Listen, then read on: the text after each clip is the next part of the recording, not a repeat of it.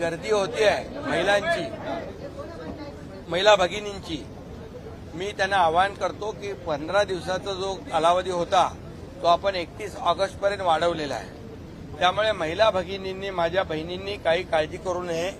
त्यांची योजना त्यांना जुलैपासून त्याचा लाभ मिळणार आहे आणि त्याच्याकडे शाळेचा दाखला असेल, जन्माचा दाखला असेल, वोटर लिस्टमध्ये नाव असेल, पिवळं आणि केसरी रेशन कार्ड असेल, अशा लोकांचा डेटाबेस आमच्याकडे तयार आहे.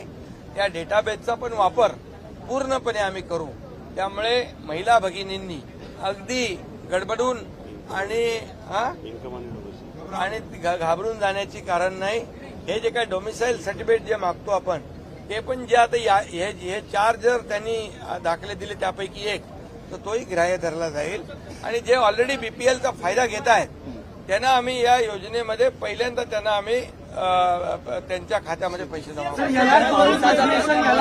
महाराष्ट्रात या ठिकाणी पाणी टंचाई आहे.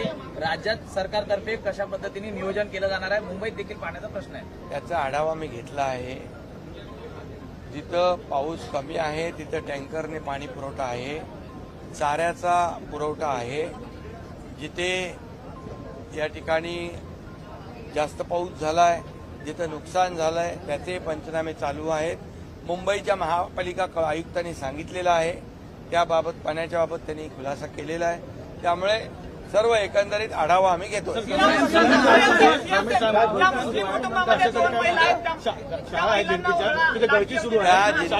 जिल्हा परिषदमध्ये मी शिक्षण मंत्र्यांना आणि शिक्षण सचिवांना तात्काळ सूचना देतो की अशा जिथे जिथे असे प्रकार आहेत गळतीचे, ते तात्काळ त्याच्यावर उपाययोजना.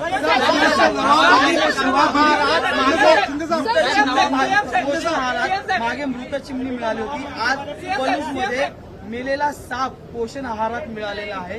प्रत्येक वेळी पोषण आहारामध्ये जे काही अशा प्रकारचे गैरप्रकार आढळत आहेत त्याची उच्चस्तरीय चौकशी केली जाईल आणि अशा प्रकारे मुलांच्या जीवाशी खेळण्याचं काम जे कोणी करत असतील त्यांना पाठीशी घातलं जाणार नाही, त्यांच्यावर कारवाई केली जाईल.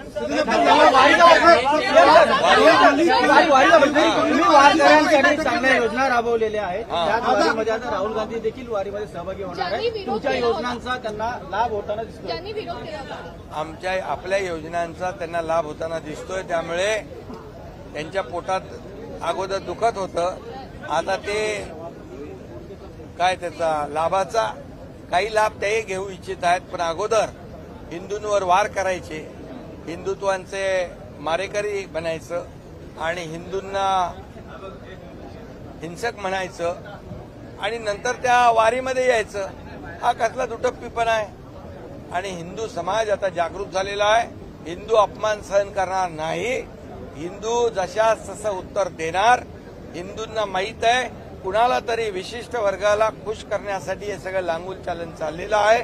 त्यामुळे हिंदू हा अपमान सहन करणार नाही. हिंदूंचा अपमान कुणी सहन करणार नाही.